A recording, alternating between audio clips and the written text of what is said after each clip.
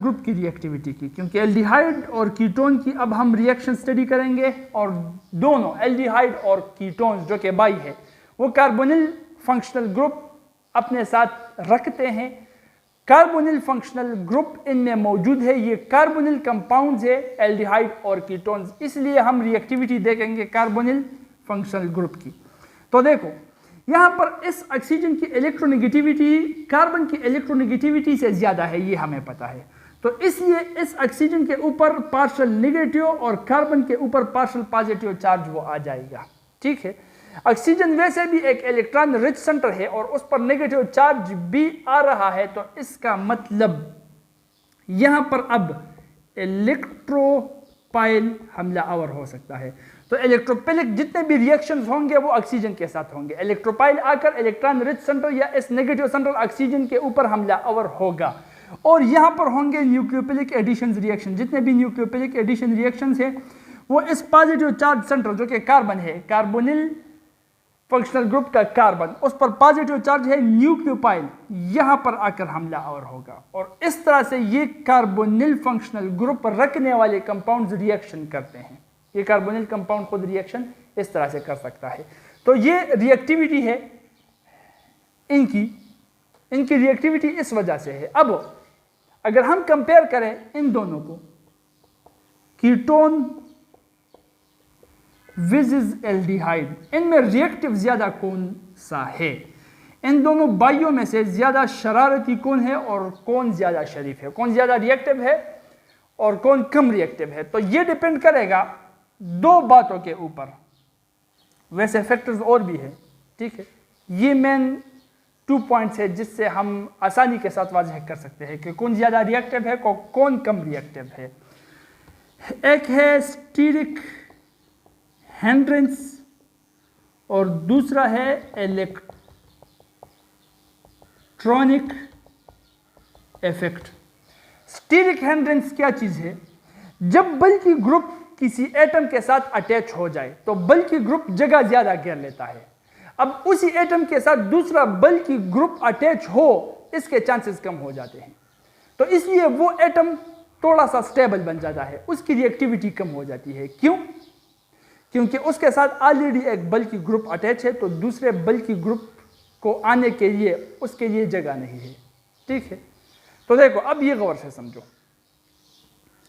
ये है कार्बन, इस कार्बन के साथ डबल बॉन्ड ऑक्सीजन अटैच है, कार्बोनिल कार्बन बन गया। ठीक है, इसके साथ एक भी अल्काइल ग्रुप है, दूसरा भी अल्काइल ग्रुप है, जिसको हम कहते हैं ketone wages.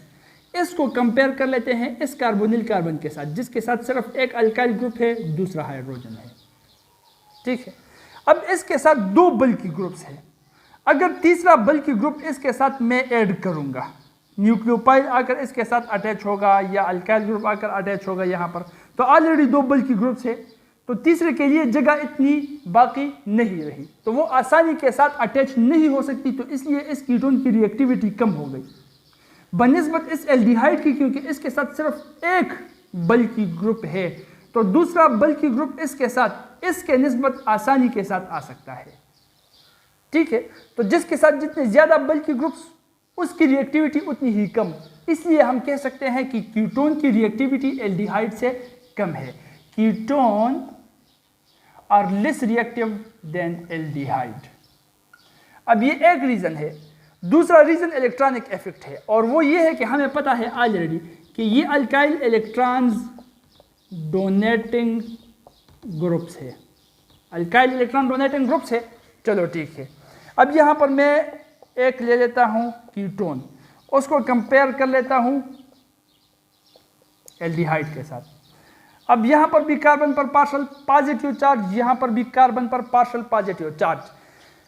Alkyl, we know that they are electron donating groups, so these alkyl groups will try to donate electron, will try to donate its negative charge toward this positive center of the carbon.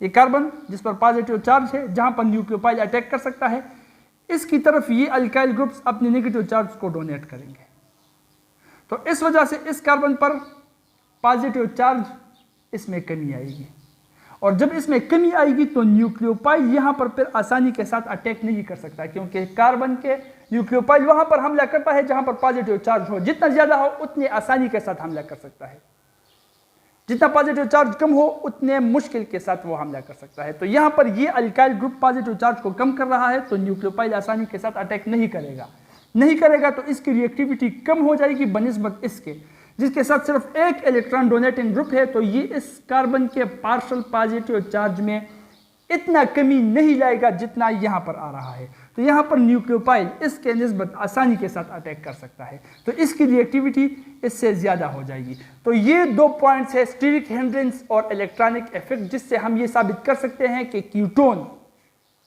Are less reactive than aldehydes.